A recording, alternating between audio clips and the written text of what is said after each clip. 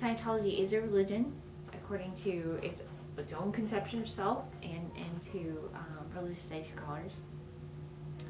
It arises out of the writings of L. Ron Hubbard, who was a science fiction writer.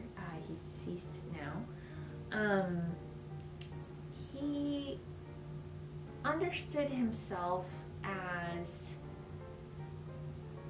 providing a kind of psychological framework for people to understand the world. Now, he was someone who was very troubled by the fields of psychiatry and psychology together, because he thought that they were potentially very abusive, problematic, and of course some aspects of psychiatry and psychology in his day were very problematic, lobotomies and other forms of treatment that are not generally used in our own time. So he objected very strongly to those kinds of treatments, and he said, you know, if people could sort of understand the world as it is and live in it properly, they would do better. They would be happier, they would be more comfortable and at ease, they could be more artistic and achieve more. And so over time, he developed a very intensive theological system that sort of explains why people are in such a muddle today, why we get addicted to drugs and have problems and feel sad and fight. And what he said was that people are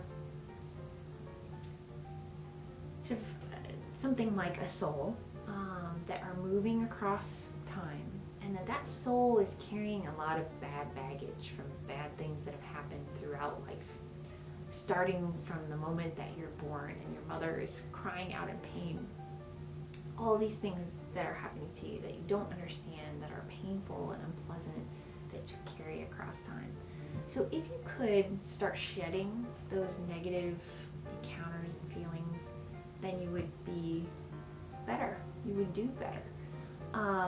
So across time, as that theology becomes more intensive and more extensive, you start to see a creation story, a story arise that explains how humans got here and how we sort of arrived on this planet and how we got into this mess.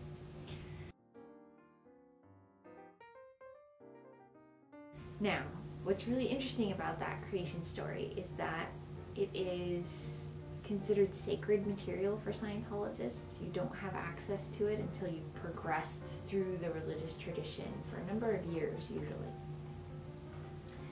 So because it's sacred, it's typically secret.